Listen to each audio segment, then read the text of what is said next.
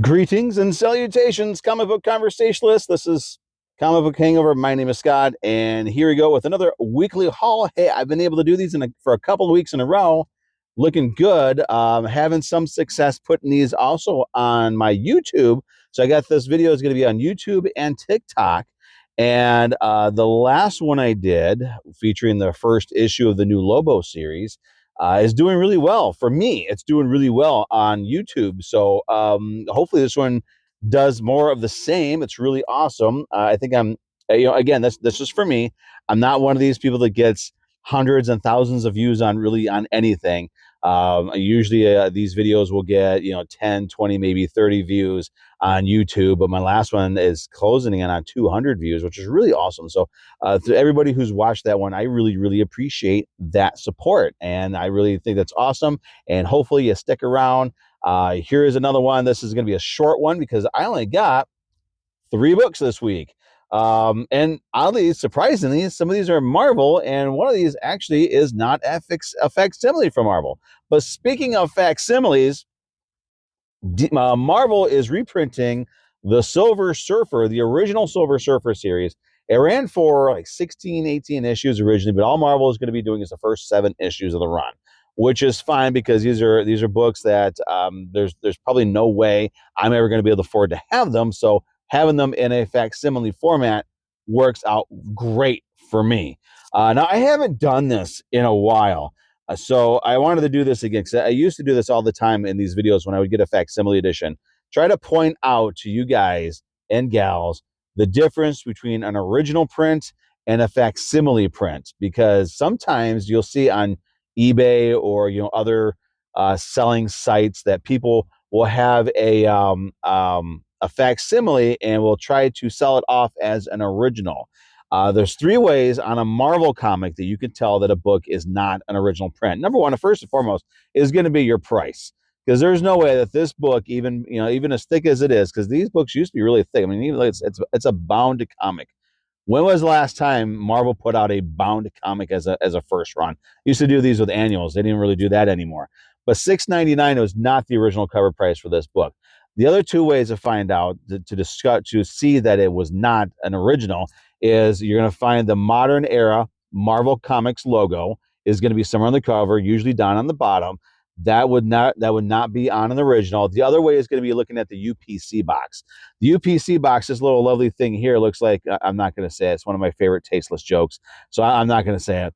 Unless anybody wants to hear one of my favorite tasteless jokes about a UPS symbol or UPC code, I'll say it. Just let me know in the comments down below, and I'll say it. But I don't want to get in any trouble, because people these days are really sensitive about everything. It's horrible.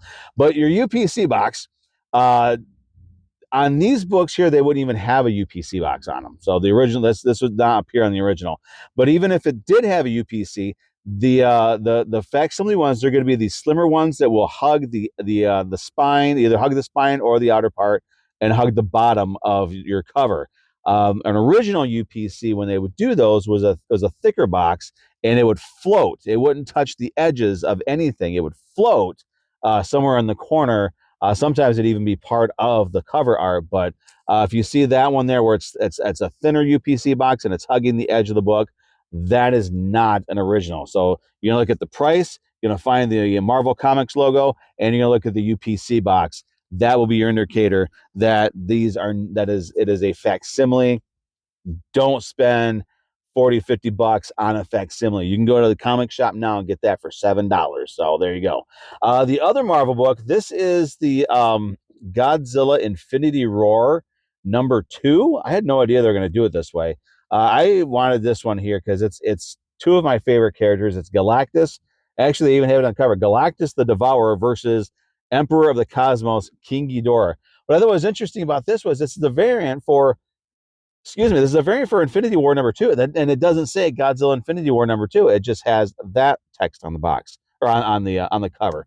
But that's cool. That is a really sweet cover. I like that cover so much. I want this on a poster. Marvel, get this one on a poster. And the third and final book, and also before I get to this one, If you're hearing, I'm using the microphone today because the city is out here. They're taking down a tree out in front of our house. So I have I have my microphone on in hopes that you'll be able to hear me over the sound of the chainsaw taking down this tree. It's kind of a sweet thing because this tree's been here. We've had this house since the early '90s, and that tree has always been there. And now it's going to be gone. So it's going to be really really weird to be coming home and not seeing that long-standing landmark. I mean, there's been so many things that have changed around here since my dad passed away and I took over the house. So it's like trying to keep it his house, but also trying to make it our own home. It's kind of a weird thing, but that tree. I'm using the mic again today because I want you to be able to hear what I'm saying more than hear the chainsaw take down that tree. Now, the last book I picked up today is not a Marvel book. It's from Image, the Energon Universe. Of course, this is Void Rivals, number 28. It's Quintesson War, part 4 of 6. I thought it was just a 5-parter, but part 4 of 6. Now, I've been getting these covers here. They have the Sharkticons down at the bottom. Kind of reminds me of the Walking Dead trade. So they would have, just a long line of zombies. I'm going to see if this is if each cover has its own little specific area, or if you put them all together, if it makes a big collage. I'm very curious about that now that I'm thinking about it. But this has been going really good as well. So Void Rivals number 28. And those are all the books I picked up this week. I hope everybody else, I'm wrapping this up. I hope everybody else had a great new comic book day. And we'll see you guys next week with another haul. Beginning April. Can you believe it? We're already going to be in April. Next week will be spring break. So there's a chance that I might be able to grab my books on Tuesday, in which case, if I do that, I will be able to read them and maybe actually do some more extensive conversations about these books as I get them next week. So again, I hope everybody had a great new comic book day. Check out all kinds of stuff. My pull list was small, but there's a lot of great books coming out. I know DC has that Batwoman and Deathstroke to Terminator. There's a lot of great books coming out every week from really good artists and really good writers and Dan Slott. That's worthy of checking out. So that said, everybody have a great weekend. Sam Keith, rest in peace. We miss you. You were a great artist, and that's really all I can say about that. We'll see you guys next time. Bye.